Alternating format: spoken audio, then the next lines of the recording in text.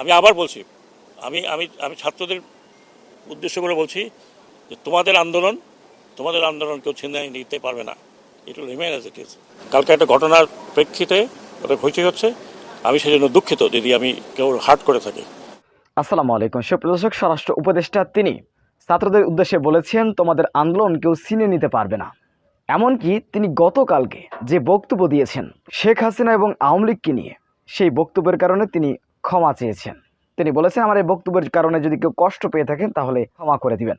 তিনি আরও বলেছেন, আশ্বাস দিয়েছেন যারা অপকর্মের সাথে জড়িত তাদের বিচার হবে। আপনারা জানেন যে গতকালকে পররাষ্ট্র উপদেষ্টা সাখাওয়াত হোসেন তিনি একটি বক্তব্য দিয়েছেন, যেখানে তিনি বলেছেন শেখ হাসিনা অর্থাৎ আওয়ামী লীগের নেত্রী তাকে তিনি সম্মান করেন, শ্রদ্ধা করেন। অথচ এই আওয়ামী লীগের নেত্রী শেখ হাসিনা তার হাতে লেগে আছে হাজার হাজার লক্ষ লক্ষ মানুষের রক্ত। লক্ষ লক্ষ এই জন্য বলছি, এই 15 বছরে অসংখ্য মানুষকে মিথ্যা মামলা দিয়ে গুলি করে বিভিন্ন মাধ্যমে হত্যা করেছে। সর্বশেষ 2500+ এই যে আন্দোলন হয়েছে বৈষম্য বিরোধী ছাত্র আন্দোলন, এই ছাত্র আন্দোলনে 2500+ ছাত্রছাত্রীকে হত্যা করেছেন এই হাসিনা। এবং এদেশে আওয়ামী লীগ এবং শেখ হাসিনা যা করেছে, যে নৈরাজ্য, যে হত্যাকাণ্ড, লুটপাট, তারপরে কি করে ছাত্রদের বাছাইকৃত পররাষ্ট্র উপদেষ্টা সাখাওয়াত হোসেন এই ব্যক্তিকে নিয়ে, এই মহিলাকে নিয়ে এমন বক্তব্য দিতে পারে, তাই ফুঁসে উঠেছিল ছাত্র সমাজ।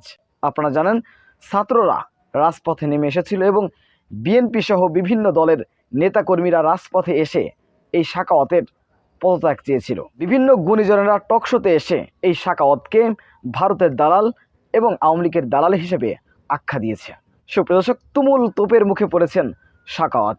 তাই তিনি আজ ছাত্রদের উদ্দেশ্যে বলেছেন তোমাদের আন্দোলন কেউ নিতে পারবে না। যদি আমার বক্তব্যের কারণে ভুল হয়ে থাকে তাহলে আমাকে ক্ষমা করে দিবে। যদি আমার বক্তব্যের কারণে কেউ কষ্ট পেয়ে থাকে তাহলে আমাকে ক্ষমা করে দিবে।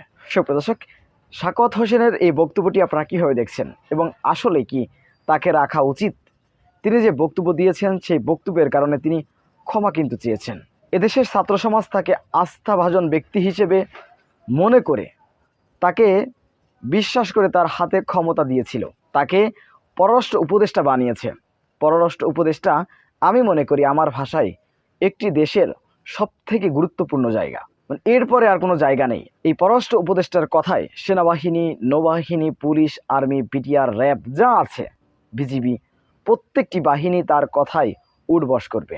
এত বড় গুরুত্বপূর্ণ একটি বিষয়, এত বড় গুরুত্বপূর্ণ একটি দায়িত্ব যাকে দেওয়া হয়েছে, তিনি এই খুনি হাসিনা যে প্রশংসা করেছেন তা এদেশের মানুষকে ব্যথিত করেছে। এদেশের রাজনীতিবিদরা তার পদত্যাগ চেয়েছেন। সুপ্রিয় দর্শক, তিনি যে ক্ষমা চেয়েছেন, এখন কি আসলে তাকে ক্ষমা করে দেওয়া উচিত নাকি তার পদত্যাগই করা উচিত? অবশ্যই আপনাদের মূল্যবান মন্তব্য কমেন্ট বক্সে জানাবেন। সবসময় সত্য নির্ভর তথ্য পেতে স্বাধীন বাংলা ইউটিউব চ্যানেলটি সাবস্ক্রাইব করে আমাদের সাথে থাকুন। আসসালামু আলাইকুম রহমতুল্লাহি ওয়া বারাকাতুহু।